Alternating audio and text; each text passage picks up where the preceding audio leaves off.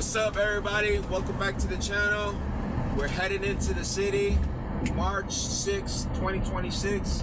The price of gold is around 5,200 to 51 to 5,200. The price of silver is around from $84 an ounce. So, but yeah, welcome back. A lot of global instability has been going on. You know, we bombed Iran.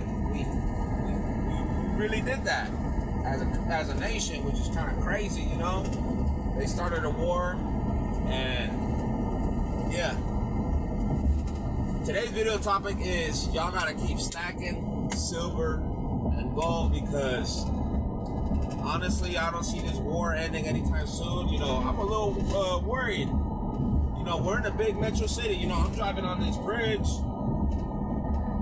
We live in one of them cities, and with the whole instability, you know, we could potentially be a target. You know, and that's a little nerve-wracking.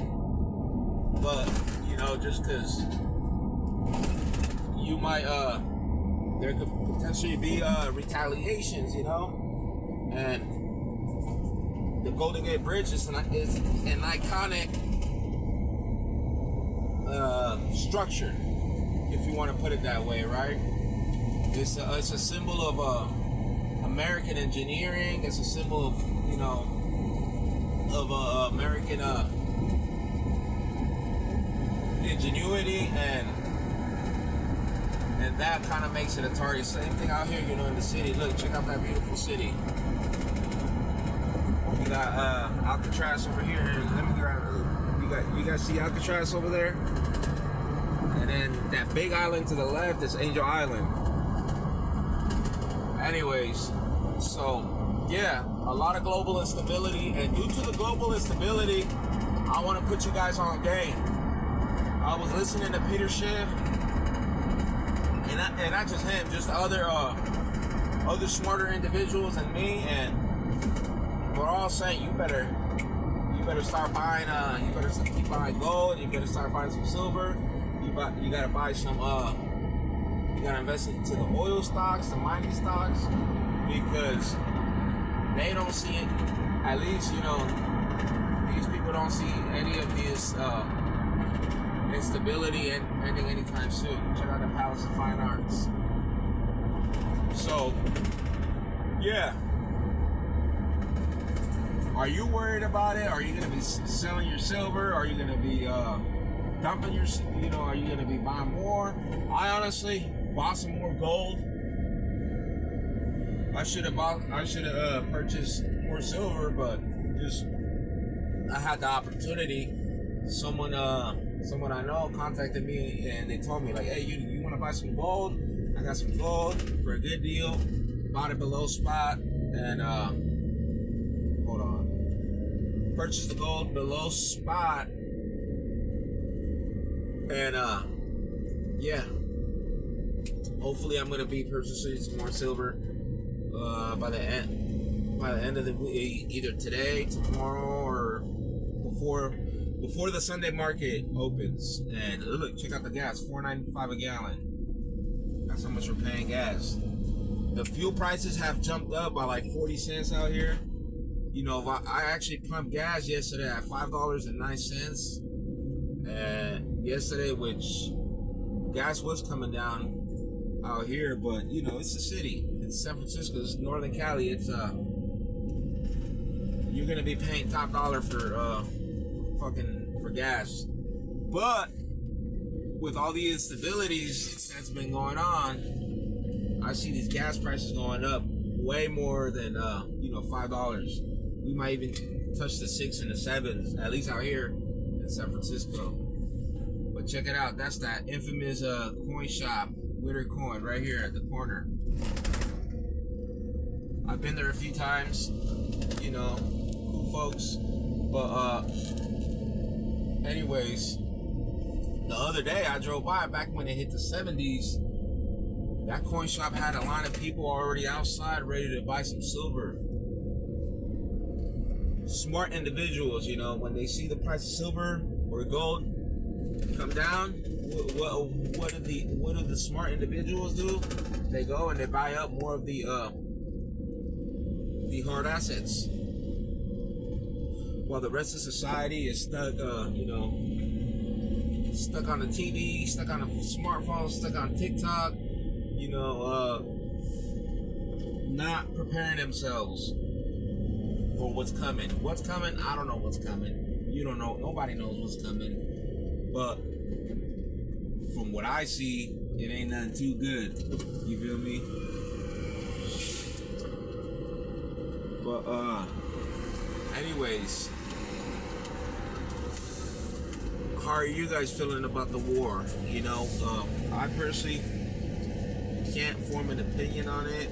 Well, I can say that nobody likes war, right? I can say that, but can I make it? I don't know enough information. There hasn't been enough information out there that's been put out, or at least any reliable sources that I can trust for me to make an educated, to form an educated opinion on the war, right? The only thing I can say is nobody wants Americans dying. You don't want your cousin to die. I don't want my cousin to die. Nobody wants to die for for something that nobody signed up for. And who knows? Maybe they'll start drafting motherfuckers, and next thing you know, we're all gonna be in Iranistan out there, or just, you never know. That's why you gotta wake your game up before you mess your name up, and prepare yourself. Start protecting your purchasing power. Start protecting your family. Start having these These safety mechanisms within your lifestyle, so you don't lose anything. We're overdue for a recession. We're overdue for a financial collapse or a financial readjustment. Just like hey, we've been overdue. And yeah. Anyways, I'm gonna cut this video short. I'm a little yippee-yapping a little bit. It's March 6th. The precious metals are still holding on strong. If you bought in a year ago, you bought in early. If you're buying in today, I honestly believe that this isn't financial advice, but I still believe that you will be buying at a cheap, still buying cheap. Not as cheap as a lot of us went in, but if you look at the gold to silver ratio, it's still up there, and maybe I'll make a video on that, on the gold to silver ratio, and how to price things in gold, and there's plenty of videos of people doing that, but anyways, I'm just yapping right now. Check out this beautiful these rich white people, or these rich individuals that live out here in the city. Look at that palm tree. They got money out here. This is generational wealth. And it's crazy because I grew up on the other side of the city, right? A little history about myself. I grew up in one of the poorest neighborhoods out here in San Francisco, and